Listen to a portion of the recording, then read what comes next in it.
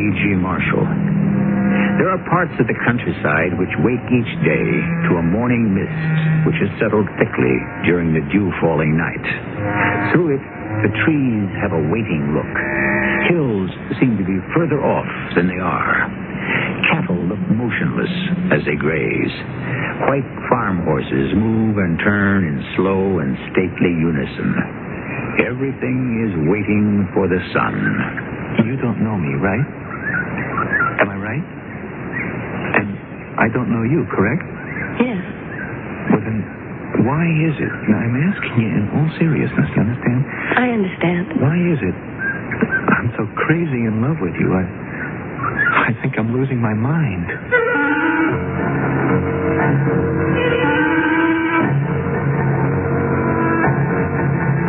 Our mystery drama, Out of the Mist, was written especially for the Mystery Theater by Elspeth Eric and stars Russell Horton.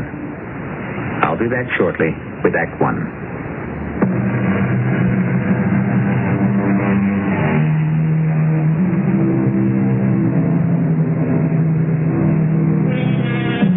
Slowly, the morning mist starts to thin out, begins to rise from the ground. Each horse and cow stands in clear outline, and the pasture where they browse shows itself for what it is. Country people call this process burning off. It means the sun has gone to work. The story we bring you now is called Out of the Mist. I'm crazy about my motorcycle. It's a road bike, fast and light. Great off-the-line acceleration. I love it. The other thing I love is the country. I never even saw the country till I was 19. And if it hadn't been for my bike, I might have lived my whole life without even knowing it was there. My name is Harry Steers. I graduated high school and went right to work in the garment district with the idea of working up the salesman. I might have made it if I hadn't bought my bike. I started riding out of the city on my day off. I saw trees, all kinds. I saw animals, big ones, little ones. I saw fields of corn and clover and daisies. Most important of all, I met the old man. He was standing in front of an old white house trimming a hedge. He looked to be about 100 years old, but I found out later he was only 90. Hi there. Good morning. That's a nice-looking hedge. What do you call it? Yes, privet. You're not from around here, are you? No, I'm from the Bronx. And they have privet in the Bronx, too. Are you interested in privet? Not especially. I'm interested in everything about the country, everything that grows out of the ground. You know, I never knew that carrots lived under the earth. They grew on bushes? Never thought about it at all. Carrots were just something in the supermarket. If it wasn't for this baby here, I might never have found out. Oh, you mean your motorcycle? Yeah. Well, nice talking to you. Yes, it was very nice talking to you. Hey, listen, do you know there's a flower, I guess it's a flower. I see it along the side of the road a lot lately, a fantastic blue color. Oh, that's chicory. Chicory? No, that's not chicory. It's not? No, chicory's what my grandmother used to put in coffee. Well, she was using the root of the domesticated variety. Which you see along the road is the wild chicory. It blooms in late summer. Well, I'd like to take some back to the Bronx. Oh, I'm afraid you couldn't do that. Wildflowers don't like to be transplanted. They like to wander, follow their impulses. They don't wish to be told what to do, where to go, where to live. They want to be free to roam, take up residence in a spot of their own choosing. How about that? And they will brook no interference.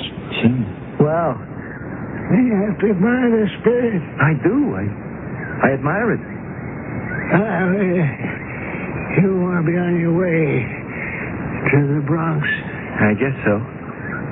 But if you're ever up this way again, stop by, huh? Well, I'll do that. I'll certainly do that. Goodbye. And don't forget.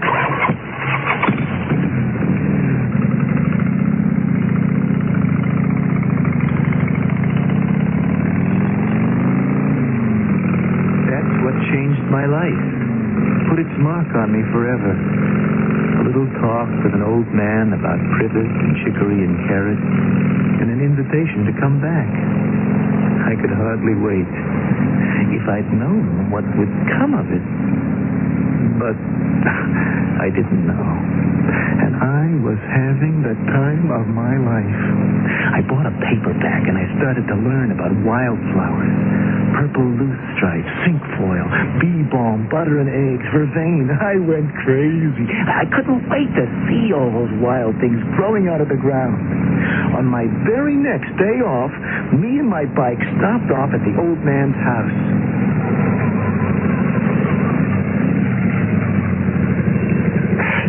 Hi there. I'm back. Remember me? Of course. The young man who's interested in chicory. Yeah, and that's not all. I bought a book. You see? I carry it around with me all the time. Oh, I have several books on wildflowers. Would you care to have a look? Hey, would I? Now? Come inside and I'll get my housekeeper to make us coffee.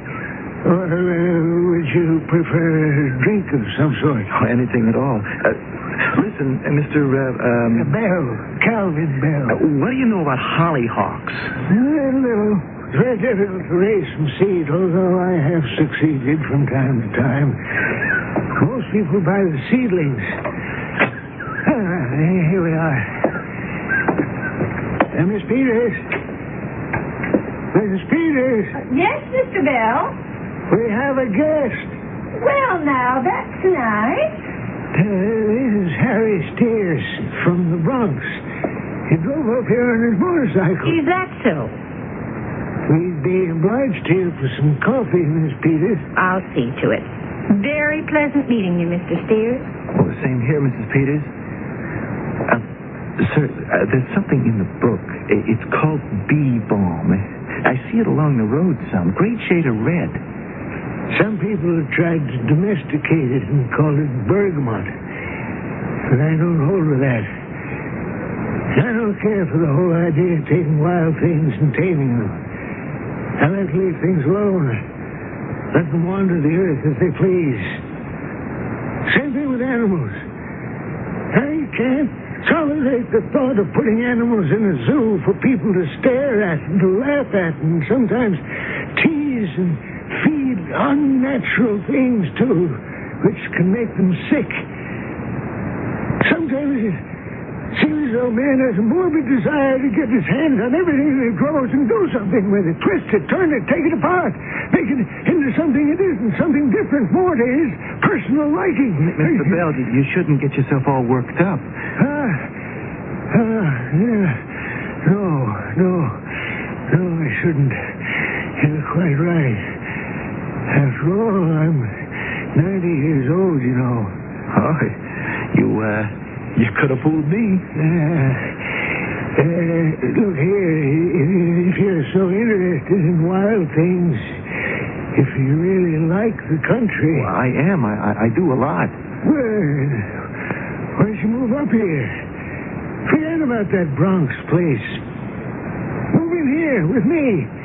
I got a big house. There's plenty of room. Well, what would I do? Could I work around the place, maybe? Hey, listen. I'm about 20 miles from Seneca. That's where the university is. I'll enroll you there, and you can study to become a botanist. What do you think of that? Well, it'd cost money. Well, I couldn't sell my bike. No, there's no need. Keep it. Do you know, Mr. Steers, that there are wildflowers which are endangered? Trailing arbutus, bitter bloom, all the trilliums. Well, you mean endangered like wild animals? Precisely. Endangered species. The bluebell, the nodding wake robin, the cardinal flower, the butterfly weed. City people come for a drive in the country, and they think it's great sport to pick the pretty flowers. Of course, little things die within the hour, but what do the predators care? Harry, there are laws on the books against picking endangered wildflowers. Well, with your bike, you could police these people, these hunters. Arrest them? Yeah, track them down, report them. Or just tell them to stop and tell them why. Sometimes they'll cooperate if they understand. Oh, I guess I could do that. Yeah, sure you could. Protect my wild beauties. Yes. I'm too old. I can't go out on the roads and the highways. But you can. What do you say, Harry? Come on, indulge an old man. Will you, Harry? You're very hard to say no to, Mr. Bell. Here's your coffee, Mr. Bell. Say yes, Harry. There's cream and sugar if you want them. Now, wait a minute.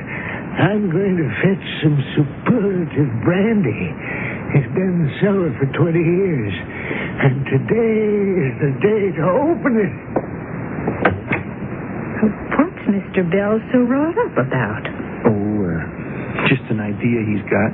Something to do with his precious wildflowers? Yeah, that was part of it. Wanted you to help him save the poor, helpless things, Sort of. Mrs. Peters, he wants to put me through the university. Well, if you go to the university, you'll see a painting of Mr. Bell hanging in the front hall. A fine-looking man in his 20s. Tall, handsome, strong-looking. He came into a pile of money when he was young, and first thing he did was give half of it to the university. To the botany department, I'll bet. Yep. That's why they hung his picture in the main hall. But now, well, he's an old man, and he has notions. His mind wanders a lot.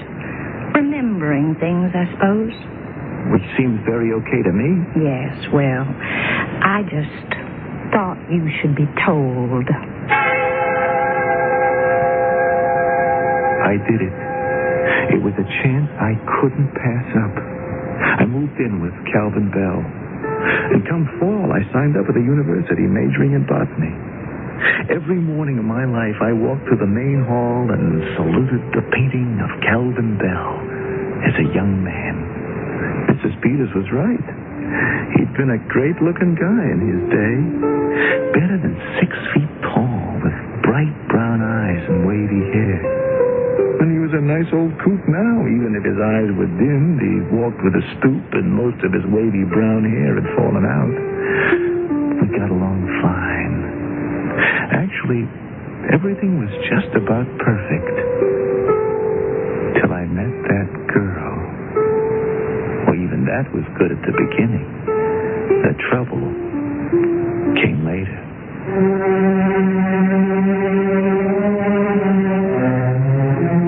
The wildflowers are disappearing. The animals are becoming superfluous. There are those who think that the entire countryside will one day be smothered by lofty apartment buildings, huge shopping centers, and enormous parking lots. The entire earth will be man-made, and God's work will be only incidental. I'll be back shortly with Act 2. I'm Susan Anton.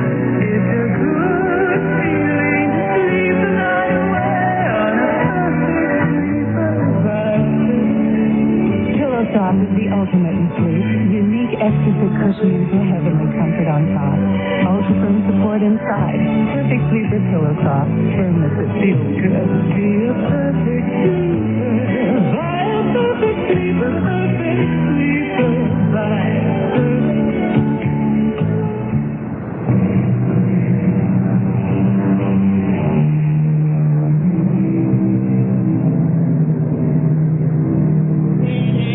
What difference will it make to our grandchildren if they never see a wild primrose, or a Johnny Jump-Up, or Chinese candles?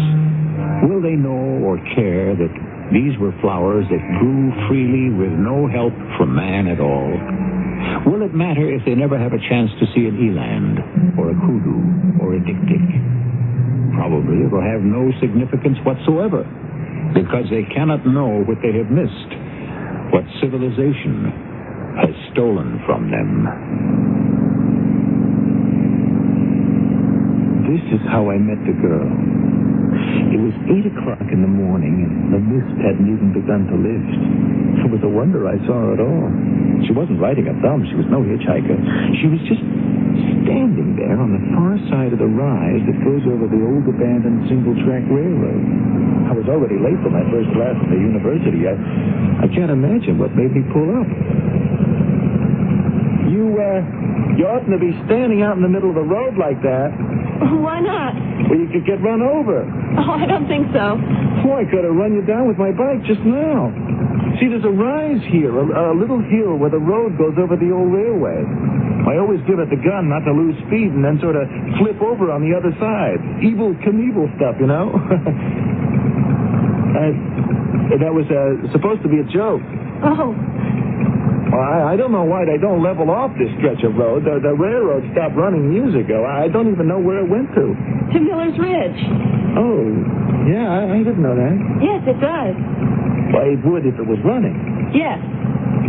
You know what? I've never been to Miller's Ridge.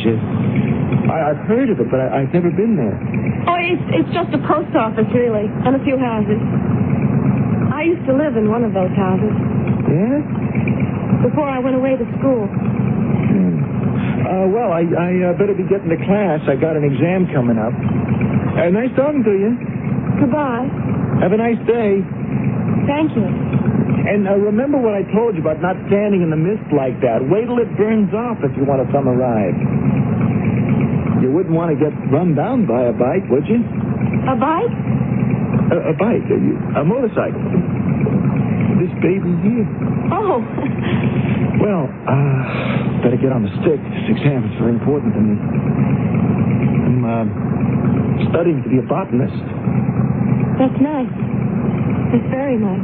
Concentrating on wildflowers. Yeah, I'm from the Bronx, New York. I'm hung up on wildflowers. How about that? I think it's nice. Oh, you see that? You see that? Mm-hmm. That is Queen Anne's lace. No, it's not. It certainly is. It's yarrow. No, that's Queen Anne's lace. Look at it. You know, you're right. It's yarrow.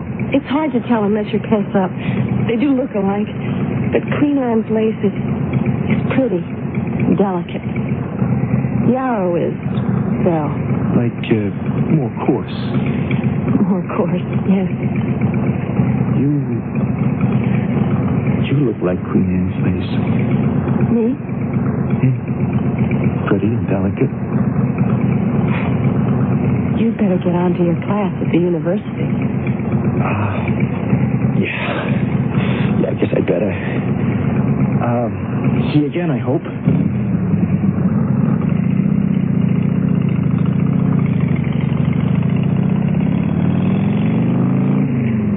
You're not going to believe this, but I was in love. I was in love. I was a whole different person entirely from the one I'd been. It was nice. It was good. I felt like I wanted to be kind to everybody all over the world. I'm telling you, I sailed right through that exam. The questions were so easy I had to laugh. The professor looked surprised when I was the first one to hand in my book. But I tossed it on his desk, flashed him a smile, and swaggered out. All I wanted was to get back to the girl in the mist. Only there wasn't any mist now. It had all burned off by noon, the way it always does. But there she was, a little way down the slope that led to the old railroad track. Hi there. Hello, Mr. Perry. I came back. Yes, you did, didn't you? I hoped you would. Oh, what have you been doing all this time? Oh, just wandering around. Looking for wildflowers? Some of the time. Anybody try to pick you up or anything? No? You want to be careful of that kind of thing, you know? Why? Why? Well, the way things are. Don't you read the papers about what happens?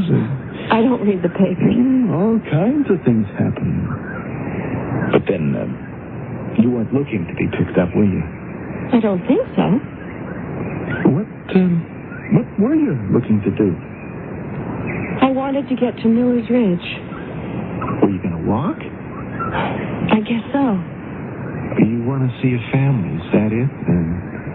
Or are you married? I'm not married. Not yet. Oh. That's good. It's your family you want to see, right? I just want to see the house. Because I used to live there. Oh, you're sentimental about it, right? Oh, yes. Very sentimental. I can empathize with that. I really can. I was born in a terrible house and really awful, dinky, unattractive. But I've always thought that when I make some money, I'm going to buy that house. Gruesome as it was, I'll never really forget it. This house isn't gruesome. It's pretty. Well, what do you say? You want me to take you there? Would you? Oh, I'd do a lot more than that for you. So, hop on. Right here. Now, if you kind of hitch up your skirt... Oh. You really ought to be wearing jeans, but, Oh, my goodness. What, that scare you? That's how you jump a bike. Come on. Put your arms around my waist. Should I? Well, if you don't want to fall off, you should. That's it. So, off we go into the wild blue whatever.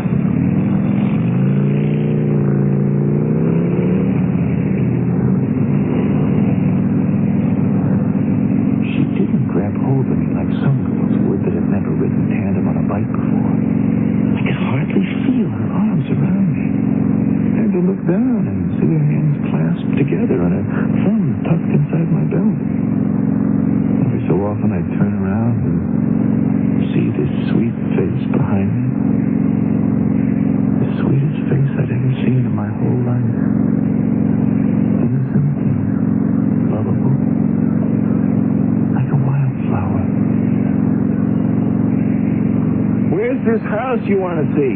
You keep going until you see a big oak tree. A really enormous one. Oh, there it is. See it?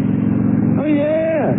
They must be 900 years old. You go left just beyond it. There's a dirt road. Dirt road? I didn't know they had those anymore. Right here. Turn left. Gotcha. Hold on. You keep going a little ways. The house will be on the right. It's a very small house, but I'll know it as soon as I see it. Oh, there. There it is. Little white one? Yes, that's it. Cute. That's cute. There's your house. Well, what now? You've been so nice. I hate to ask you, but would you do one more thing for me? Well, I guess I'd do anything for you. Would you ask the people in there if they'd let me come in? Just to look around, sort of. Well, why don't you ask them? I'm afraid to. They don't know me. Well, they don't know me either. I don't know them. Well, you come right down to it. I don't really know you. I don't even know your name. It's Anne. Anne Campbell. It's a pretty name. Anne Campbell. I'm glad you like it. Do you? Oh, and that's a pretty house. Yeah, I like all that, fancy stuff. Makes it look like a Valentine. Oh, all that fancy stuff is carved out of wood. Live and learn, right? Carpenter's Gothic. That's what they call this kind of house. Looks like lace, you know? They used to call it the Lace House when I lived here. Anne Campbell of the Lace House. Queen Anne's Lace House. You're teasing me. No. No, I'm not. You look like a queen to me. A little young queen. Well, are you going to ask the people if I can come in? Yeah, I guess so. It's important to me. Then I'll do it. Now, you stay right there. Oh, thank you very much. I really appreciate this.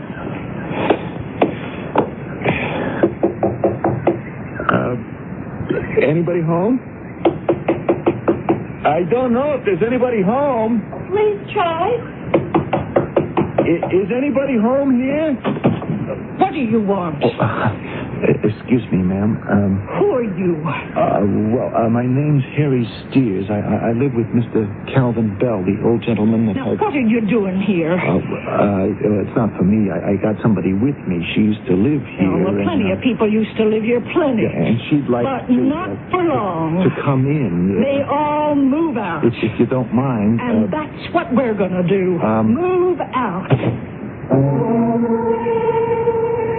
She slammed the door in my face. I felt terrible. Anne must have heard the whole thing. I wanted to put my arms around her and hold her and tell her not to mind. We'd come back some other time. But just as I was figuring out what to say and how to say it, I looked at the spot where I'd left her, and she wasn't there. She'd gone. I looked all up and down the dirt road. I asked everybody I could find, had they seen a young girl? Nobody had. Finally, it was getting dark, and I got on my bike and went home.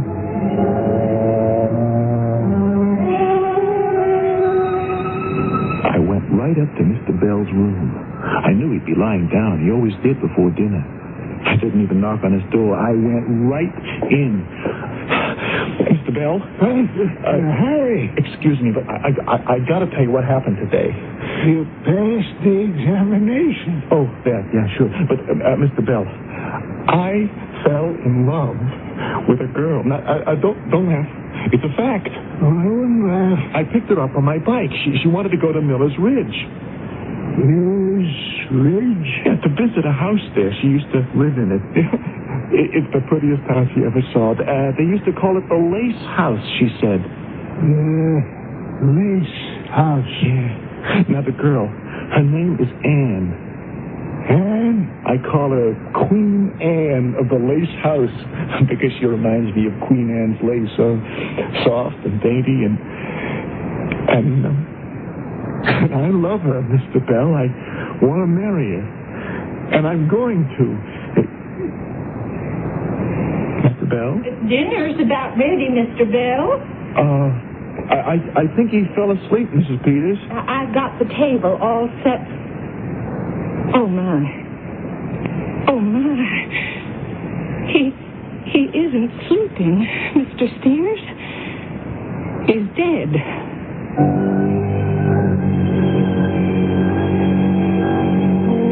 Times have changed. Not many people stop to pick up strangers on the road anymore. And I've noticed that people seldom strike up conversations with strangers these days, pass the time of day, or exchange pleasantries. For that matter, you hardly ever see people smile at each other anymore, unless they know each other pretty well.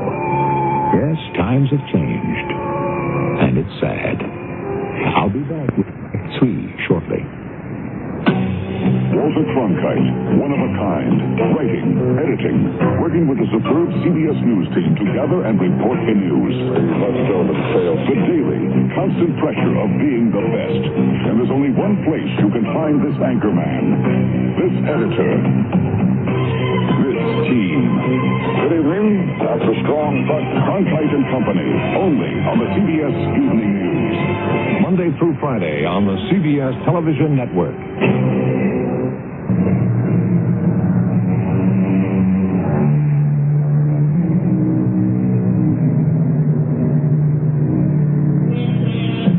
There's no denying it. Fear has come to pervade our lives. And with fear comes suspicion. With suspicion comes hostility. And when hostility takes over, violence is sure to follow, until peace and trust are things of the past, lost to us, as though they had never existed, as though we no longer know what they mean, what they ever were.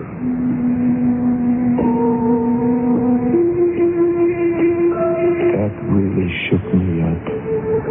Calvin Bell dying like that, right when I was telling him about Anne and me being in love with her. buried him, a lawyer came to the house and read his will. He'd left his house and a bunch of money to Mrs. Peters, and something I certainly never expected, quite a few $1,000s to me. Mrs. Peters said she'd sell the house eventually, but till she did, I could certainly go on living there. And so I did. And I kept on going to the university to learn about wildflowers. And every morning on the way, I looked for Anne. And every afternoon on the way back, sometimes I think I saw her coming toward me out of the mist. Other times I'd look down at that old single-track railway and think I saw her standing on the roadbed or sitting on the slope to one side or the other. But I never really saw her. Not even on my way home when there was no mist and I could see everything quite clearly. One day, I took it into my head to go to the lace house at Miller's Ridge. There was a sign in front of the house, and it said, "For sale, Agent Nicholas Vaughn." I went to see Mr. Vaughn. Yes, sir. You Mr. Vaughn? Yes, sir. What can I do for you? Oh, I want to see about buying a house in Miller's Ridge. Oh? Any particular house you have in mind? A little white house, carpenter's Gothic style. Someone told me it used to be called the Lace House. Yeah, I believe it was once called the Lace House. Charming place. Needs a few things done to it, but it's certainly... Well, anything it needs, I'll have it done. I want it. Well, aren't you curious about the price? I've got a little money. Calvin Bell left me some money. I'm Harry Steers. Oh, yes. Well, the house has been empty for some time now. I want it. It's had quite a few owners. I'd have to inquire about the asking price. I want that house. Mr. Steers, naturally, I'd be pleased to make the sale. Do you mind telling me why you're so set on buying this particular house?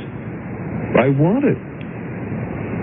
Well, frankly, Mr. Steers, that house has been, well, sort of a jinx. Everyone's enchanted with the house when they first see it, but once they've moved in, they take a dislike to it. They tell strange tales about strange goings-on. Like what?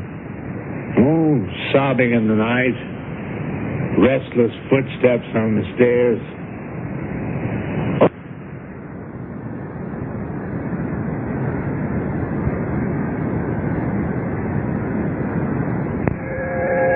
Did I know what I was doing?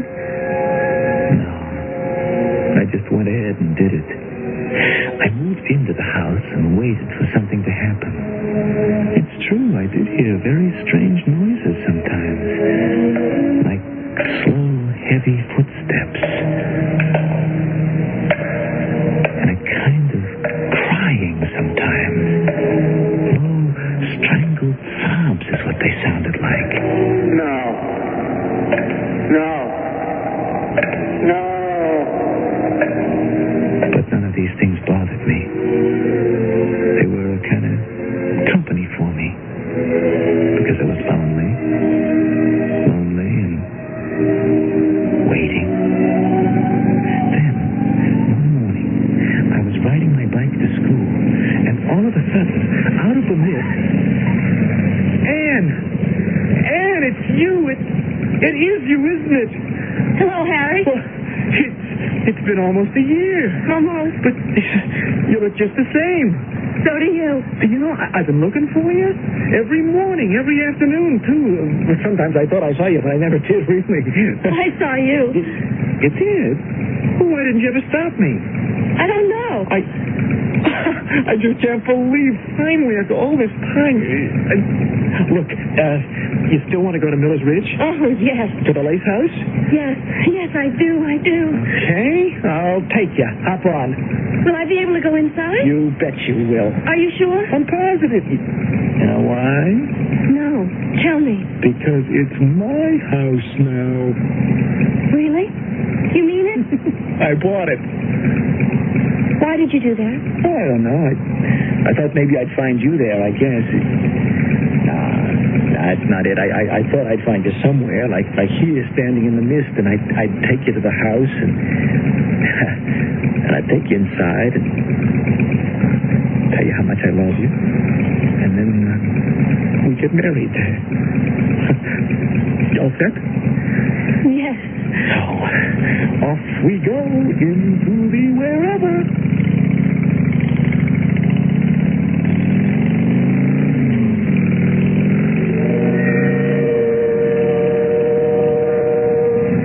Have you got any idea how I felt when I pulled up in front of the Lace house, helped her off the bike, and led her up to the front door, took out the key, unlocked and opened it? Her eyes opened about a mile wide when we stepped into the front hall. And then she started running all over the place, touching everything. She'd think I'd let her into paradise. After a while, I left the house and went over to see Mrs. Peters. I don't know if Ann even knew I was gone. Why, Mr. Spears, and how are you? You're looking splendid, I must say.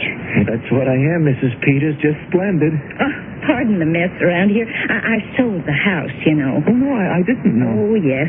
Mr. Vaughn got me a real nice price for it. Oh, but my heavens, cleaning out all that stuff that's accumulated, you've no idea. All that clutter. It wasn't like Mr. Bell to throw anything away.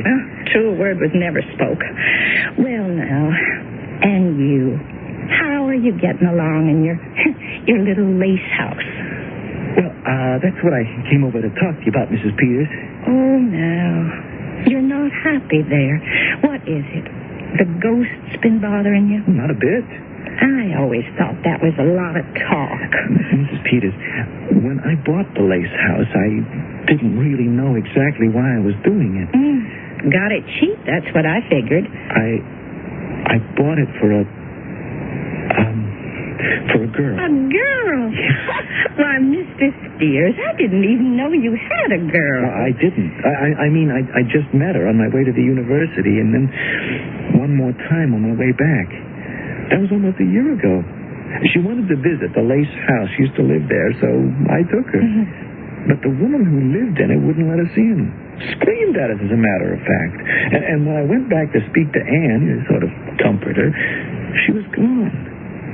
But Mrs. Peters, by that time, I was in love with her.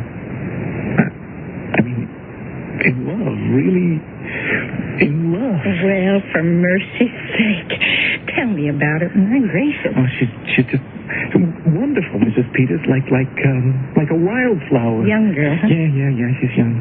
Family? Oh, I don't know. She didn't say. Never been married before? Oh, no, I don't think so. Well, long as she loves you. Well, she didn't exactly say that either. Well, now, don't you think that... Mrs. Peters, I love her enough for both of us. And when I talk about the wedding and everything, it's what I want to talk to you about, the wedding. Oh, I love a wedding. Now, will you come to it? Oh, you just try and keep me away. And if you'd sort of help plan it, I think Ann would appreciate it. That's her name, huh? Ann. Ann Campbell, yeah. Look, we thought, I thought we should sort of rehearse it. I mean, isn't that usually what people do? I believe so, yeah. We could do that this afternoon, if that's all right with you. This is the anniversary of the day I met her for the first time. A year ago, September 15th. And today, the same day, 1 year later, I meet her again. It just seems, appropriate. So is it okay with you? Well, I guess so. Yes, it's all right. Thank you, Mrs. Peters. I hope you're doing the right thing. I really hope you are. Now, I think the minister should stand here in front of that fireplace. Now, let me pretend I'm the minister for now. Harry, now you stand on my left. Now, I think that's correct. Right, okay. And Anne, would you like to make an entrance down the stairs? What do you think? Whatever you say. It's such an informal wedding. Maybe if you just come in from the dining room, how would that be? All right. And you walk up to the fireplace and stand just to my right. That'll be the minister's right. You want to try that, dear? All right. Now, the door from the dining room will be open just as it is now. All right, dear. Now, you come in now. All right. That's it, dear. Now, stand right about there, and then the minister starts to say those beautiful words about being gathered here in the sight of God and so on to unite this man and this woman in holy matrimony. No.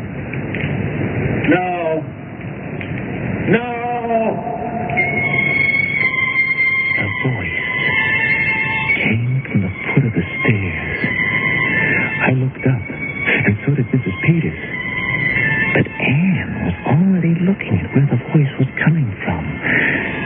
She was looking at a man. Young, tall, handsome, with wavy brown hair.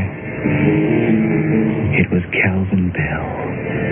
I knew him from the painting. Calvin Bell when he was a young man. And he walked over to my little Queen Anne, and she put her hand in his, and they disappeared together.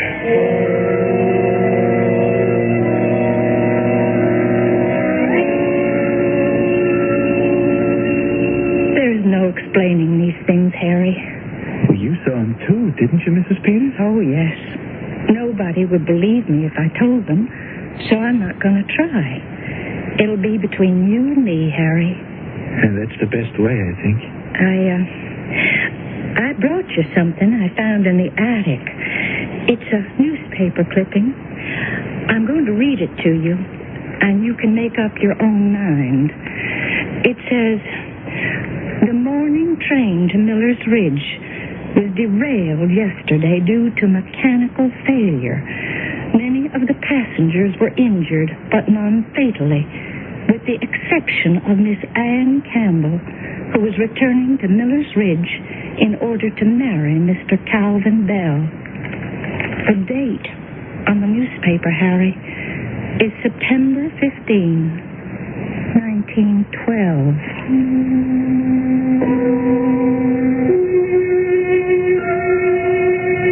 I put the house up for sale. I'm back in the Bronx now, teaching botany in one of the high schools. I haven't had even one offer for the Lace house. People think it's haunted. And I guess they're right.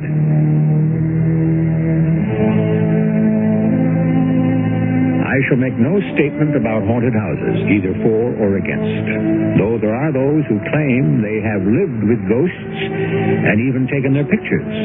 But if the Lace house is haunted by the ghosts of Anne Campbell and Calvin Bell, why, then it must be a very happy place indeed. I'll be back shortly.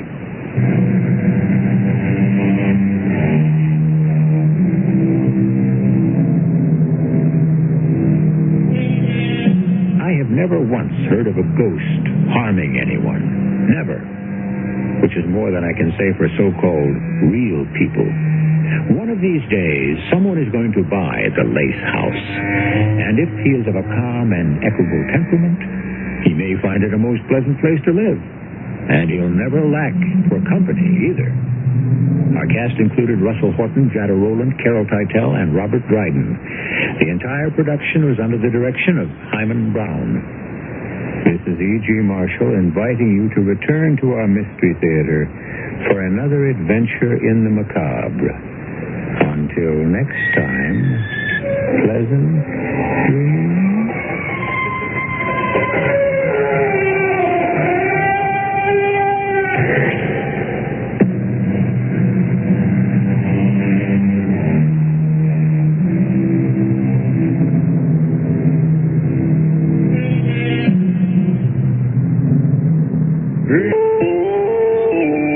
CBS News.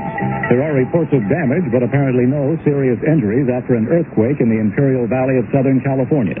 This is John Bohannon reporting on the CBS radio network. The earthquake registered 6.4 on the Richter scale. Most of the damage is said to be in the Imperial Valley of California near the Mexican border. Marilyn Tyson describes what happened in her factory building near El Centro. It started out just with a little tremor, and then it just got intense. It was just terrible. And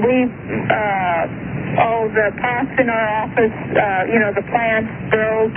We had about 60 of our workers in the yard getting paid off, and they just panicked. They just ran every which way, and it couldn't have lasted more than 20 seconds. Some people 200 miles away in Los Angeles felt the shock wave. The CBS employee, Frank Moreno, says there was no doubt that it was a major earthquake. A strong rolling motion seemed to start, and I was sitting at my chair opening envelopes, and all of a sudden I felt a very strong movement. I turned around and saw the plants swaying, and all of a sudden I heard the ceiling here at the CBS building start to creak. Officials say as many as 70 people were slightly hurt. There's an unconfirmed report of one person killed in Mexicali, Mexico. Officials say it was the strongest earthquake in the Imperial Valley since 1940. More CBS News in a minute. I don't think we should be up here. Why?